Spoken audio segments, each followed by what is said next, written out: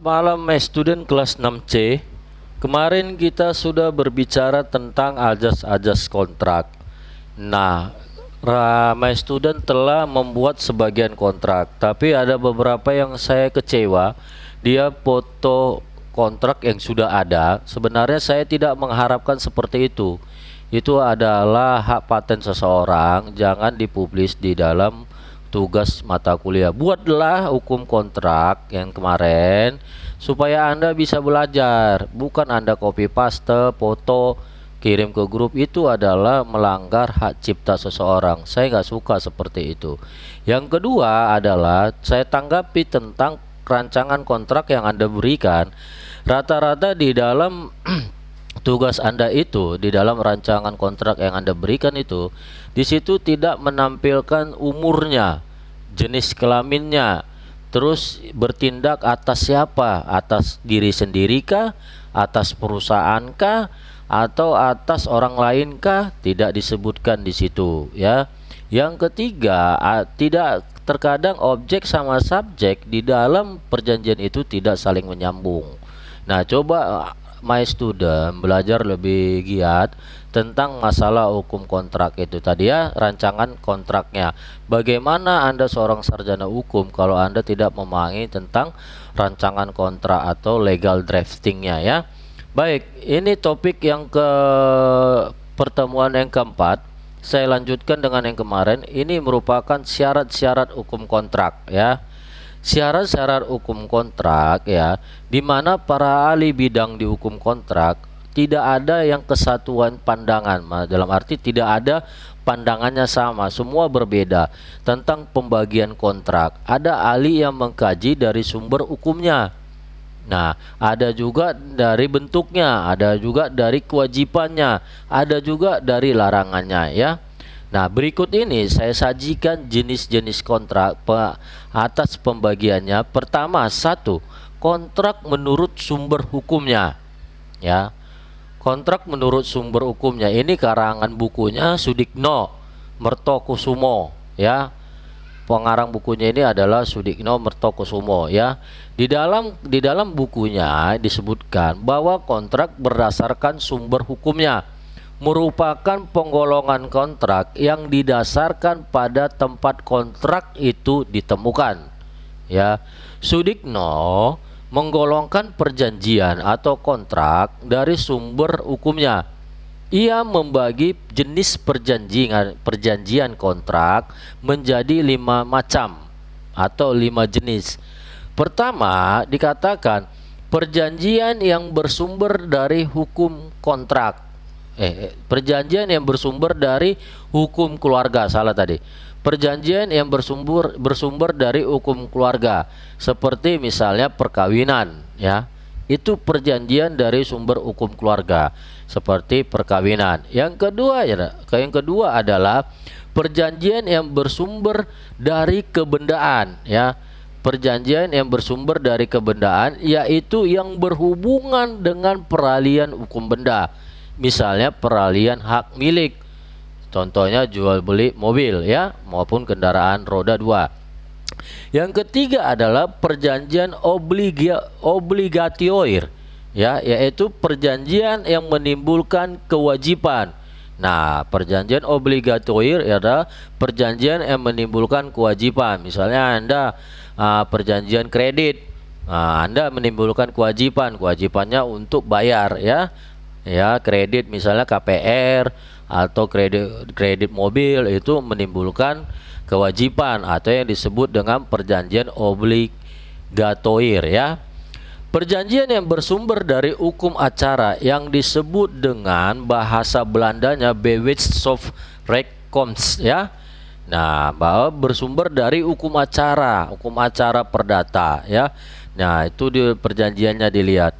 Yang keempat adalah perjanjian yang bersumber dari hukum publik. Dari hukum publik yaitu bisa dari hukum pidana dia bersumbernya, ya. Terhadap misalkan dia perjanjian dengan pembayaran utang piutang, karena dia tidak bisa bayar maka bersumber dari hukum publik, disebut dengan penipuan pidana. Nah, yang kedua, Tadi kontrak menurut sumber hukumnya. Yang kedua, sekarang saya ambil temanya kontrak menurut namanya. Ya, kontrak menurut namanya. Penggolongan ini didasarkan pada nama perjanjian yang tercantum dalam pasal 13, 19 KUH Perdata, ya, atau artikel 1355 NBW. NBW atau enggak NBW? Silakan cari ya. Nah, di dalam pasal 13, 19 KUH Perdata dan artikel 1355 NBW hanya disebutkan dua macam kontrak menurut namanya. Ya, menurut namanya, kontrak nominan atau bernama dan kontrak innominan tidak bernama. Kontrak nominan adalah kontrak yang dikenal dalam KUH Perdata.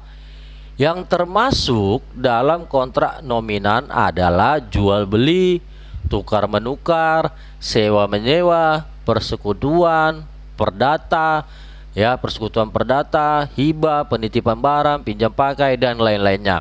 Itulah yang disebut dengan kontrak nominan. Kontrak yang ada di dalam KUH Perdata. Ingat, kontrak nominan adalah kontrak yang ada di dalam KUH Perdata. Ya. Sedangkan kontrak innominan adalah kontrak yang timbul atau tumbuh dan berkembang dalam masyarakat. Nah, kontrak innominan adalah kontrak yang timbul dan tumbuh yang berkembang di dalam masyarakat.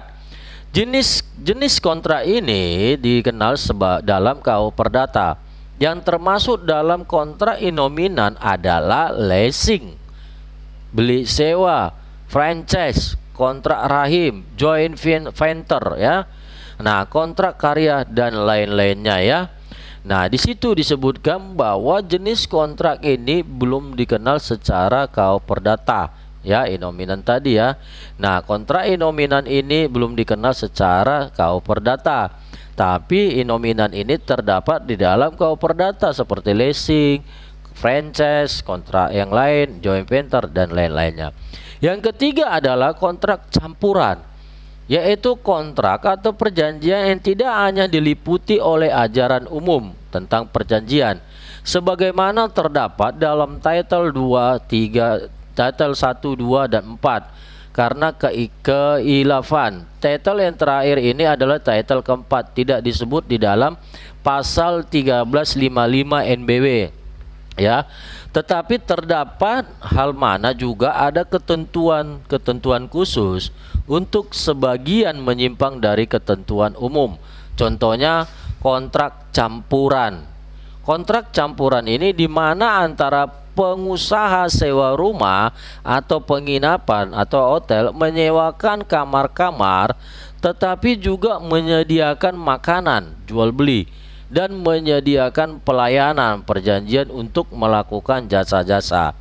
Kontrak campuran disebut juga dengan kontraktus sui generis, ya, di mana bahwa ketentuan yang mengenai perjanjian khusus paling banter dapat diterapkan dalam analogi, ya, di mana orang yang menerapkan teori absurd artinya diterapkan di dalam peraturan perundang-undangan dari perjanjian tersebut, ya. Itu yang dimaksud dengan tadi judul tadi tentang kontrak menurut namanya. Jadi kontrak menurut namanya berdasarkan KUH Perdata yang terdapat, ya. Nah, selanjutnya adalah kita bicara tentang kontrak menurut bentuknya, ya. Di dalam KUH Perdata, ya, di dalam KUH Perdata tidak disebutkan secara sistematis tentang bentuk kontrak atau legal draftingnya. Namun apabila kita menelaah berbagai ketentuan yang tercantum dalam KUH Perdata, maka kontrak menurut bentuknya dapat dibagi menjadi dua macam. Jadi legal drafting itu atau rancangan kontrak itu dapat dibagi dua macam atau kontrak menurut bentuknya, ya, yaitu kontrak lisan dan tertulis. Kontrak lisan dan tertulis di mana memberikan pengertian bahwa kontrak lisan adalah kontrak atau perjanjian yang dibuat oleh para pihak cukup dengan lisan, atau kesepakatan para pihak. Itu terdapat di pasal berapa? Pasal 1320 KUH Perdata. Dengan adanya konsensus, maka perjanjian itu terjadi termasuk dalam golongan ini. Nah, di mana bahwa perjanjian konsensual ini tidak hanya memerlukan adanya kata sepakat, tetapi perlu diucapkan kata-kata dengan yang benar-benar sepakat, ya, atas penyerahan suatu benda, ya. Perjanjian konsensual ini adalah perjanjian apabila ada kesepakatan para pihak. Sedangkan perjanjian real adalah suatu perjanjian yang dibuat sekaligus dan secara nyata. Itu loh maksudnya tadi. Itu kontrak yang tidak tertulis. Sedangkan kontrak tertulis merupakan kontrak yang dibuat oleh kedua belah pihak dalam bentuk tulisan. Hal ini terdapat di dalam pasal 1682 KUH Perdata. Ya, dan hal ini, kontrak tertulis ini dapat dilakukan melalui akta notaris, ya. Melalui akta notaris, ya, di mana kontrak ini dapat juga dibentuk dalam kontrak akta di bawah tangan. Nah, kontrak ini dapat dibentuk dalam bentuk akta notaris dan di bawah tangan. Nah, tulisan itu tidak bisa di bawah tangan, harus diucapkan dengan menyerahkan barangnya juga.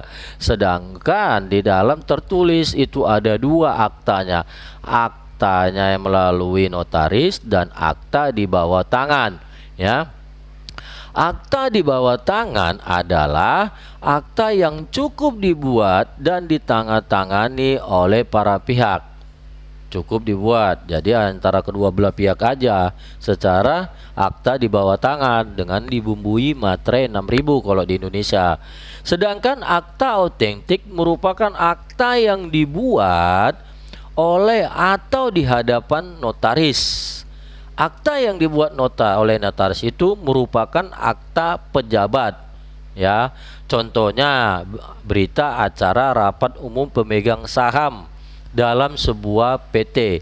Akta yang dibuat di hadapan notaris merupakan akta yang dibuat oleh para pihak di hadapan notaris, ya. Di samping itu dikenal juga pembagian menurut bentuknya yang lain, ya, yaitu perjanjian standar.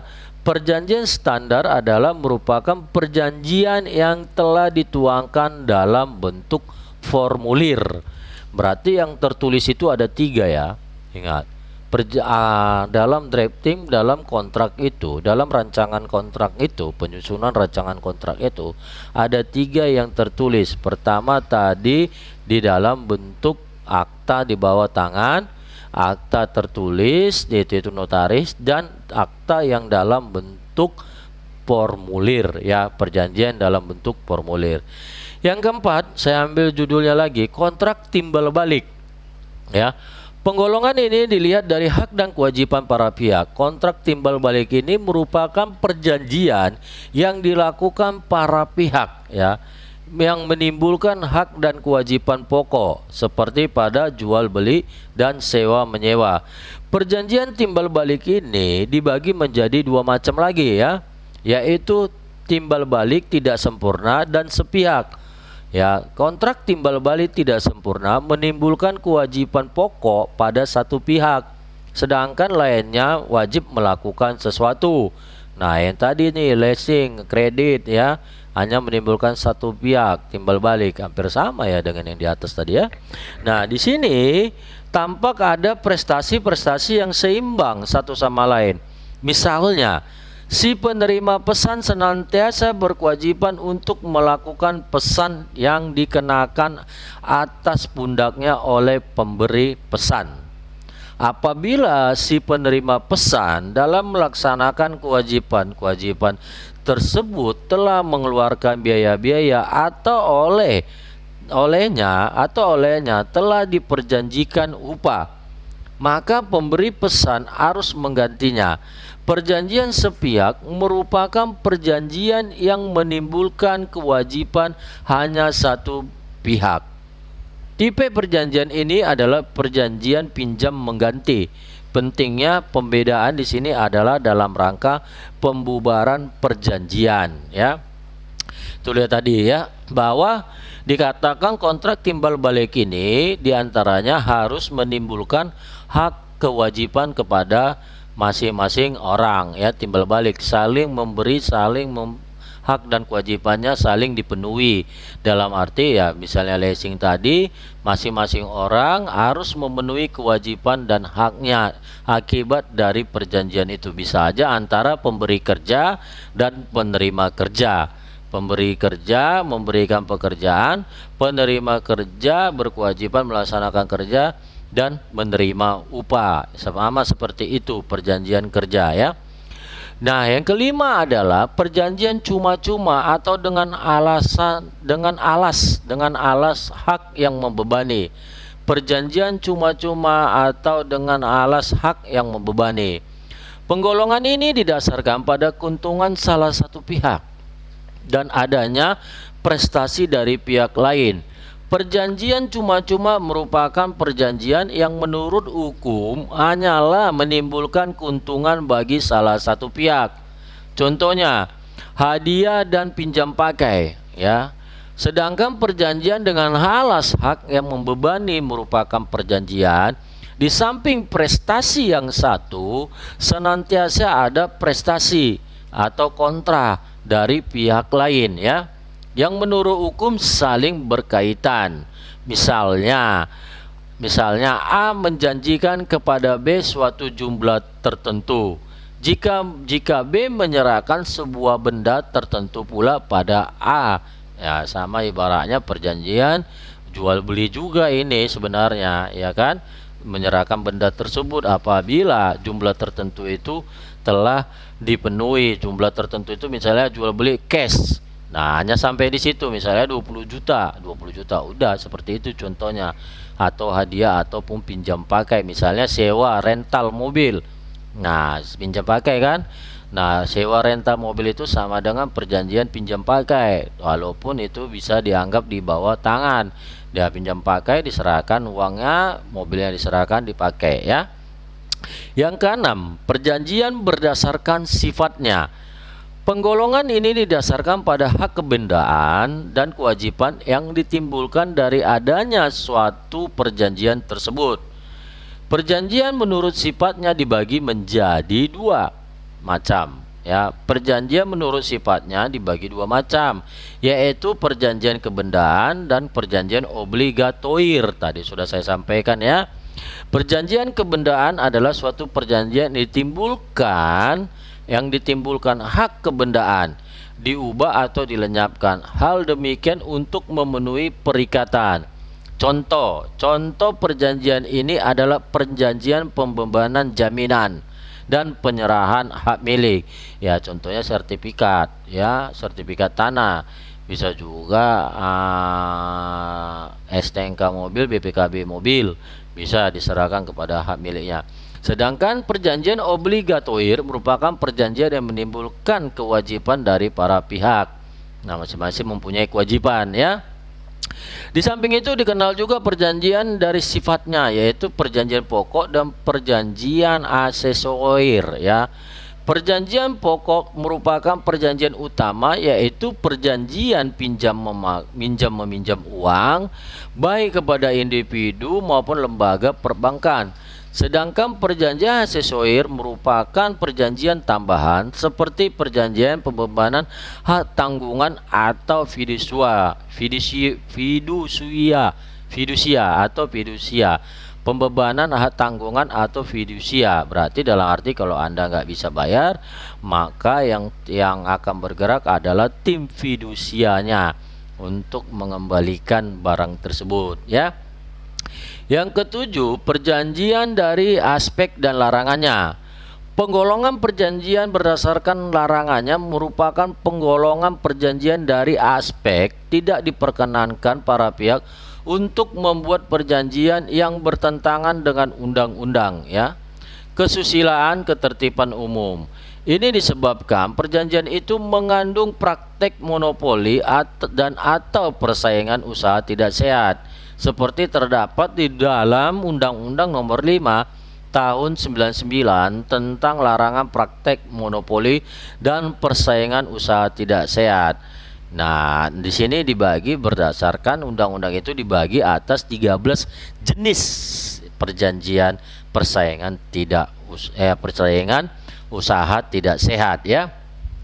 Yang kedua adalah mari kita belajar tentang jenis-jenis hukum kontrak ya. Jenis-jenis hukum kontrak. Jadi jangan lagi ditanya nanti, Pak, kita ini belajar penyusunan rancangan kontrak. Kalian ini berpikirnya kok ini jadi saya ketahui sendiri ya, judulnya penyusunan perancangan kontrak. Ya kamu harus belajar dasar-dasarnya dulu.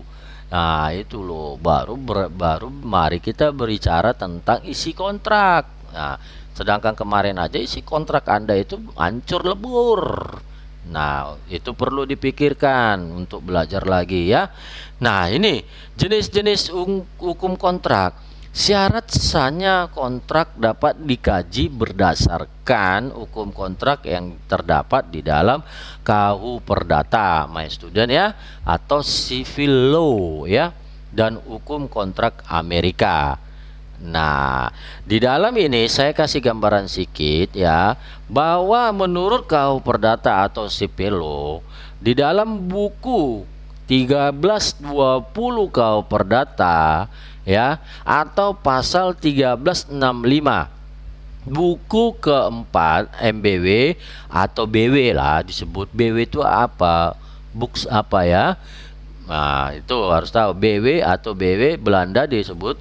Nah di dalam pasal 1320 KUH Perdata itu yang menjadi syarat utama ya di dalam hukum sahnya suatu perjanjian ya. Di dalam 13 KUH Perdata atau BW disebut di dalam sahnya suatu perjanjian disebut adanya kata sepakat kedua belah pihak, kecakapan untuk melakukan perbuatan hukum, adanya objek dan adanya kausa yang halal. Yang keempat hal itu dikemukakan sebagai berikut, ada di dalam penjelasan saya. Nanti saya kirim materi saya di dalam siakat ya. Yang penting adalah di dalam keempat syarat tersebut kecakapan untuk melakukan perbuatan hukum. Nah kemarin my student telah belajar telah membuat suatu rancangan kontrak tadi ya, penyusunan tentang rancangan kontrak. Nah kenapa saya katakan tadi di awal pembukaan saya tidak ada hanya sebagian mahasiswa yang menyebutkan jenis umur. Nah makanya saya katakan kenapa tidak ada mahasiswa my student di dalam rancangan kontrak itu menyebutkan bahwa umurnya berapa gitu, karena di sini adalah dilihat bahwa adanya kecakapan untuk melakukan perbuatan hukum. Nah yang kedua adanya objeknya. Kemarin itu ada yang ini ada yang ngono, bingung saya lihatnya, nggak jelas objeknya. Harusnya pasal 2 Anda katakan di dalam rancangan kontrak Anda dikatakan objek dalam perjanjian ini adalah bla bla bla bla bla bla. Misalnya tanah yang terdiri atas apa, tanah ini, jangan hanya tanah gitu loh. Tanah ini terdiri, ada nggak bangunannya, ada nggak pohon di dalam. Nah itu harus dijelaskan. Sama ibaratnya kalau Anda beli mobil dengan mobil plat nomor sekian, udah jenis mobilnya itu loh apa harus disebutkan di dalam perjanjian itu, karena harus jelas adanya objek itu, rodanya berapa, pintunya berapa, bangkunya berapa, STNK-nya ada, BPKB-nya ada, harus disebutkan di dalam objek perjanjian tersebut. Nah ya itu harus my student pahami di dalam membuat sesuatu rancangan kontrak, bukan asal jadi kontraknya ya my student ya. Nah sekarang yang kedua adalah hukum kontrak Amerika. Tadi civil law KUH Perdata 1320 KUH Perdata, yang sekarang adalah menurut hukum kontrak Amerika. Di dalam hukum kontrak ya atau law of contract di dalam Amerika dikatakan ditentukan 4 syarat di dalam sahnya kontrak ya. Kita bandingkan dengan 1320 KUH Perdata dengan hukum kontrak yang di Amerika. Pertama dikatakan adanya offer, penawaran, ya, adanya penawaran, dan yang kedua dan acceptance atau penerimaan. Adanya penawaran dan penerimaan di sini di dalam hukum kontrak mereka. Kalau tidak ada penawaran, tidak ada penerimaan, tidak terjadi kontrak menurut kontrak Amerika, ya. Yang kedua, meeting of minds, ya, persesuaian kehendak. Berarti ada kehendaknya sama, tujuannya sama, apa yang diharapkan di dalam kontrak tersebut. Yang ketiga adalah consideration atau prestasi. Prestasinya adalah kewajibannya, haknya, tanggungannya, bunganya, dan lain-lainnya, ya. Yang keempat disebutkan di dalam ini adalah competent parties and legal subject matter, ya. Competent parties and legal subject matter dalam arti kemampuan hukum para pihak dan pokok di dalam persoalan yang sah.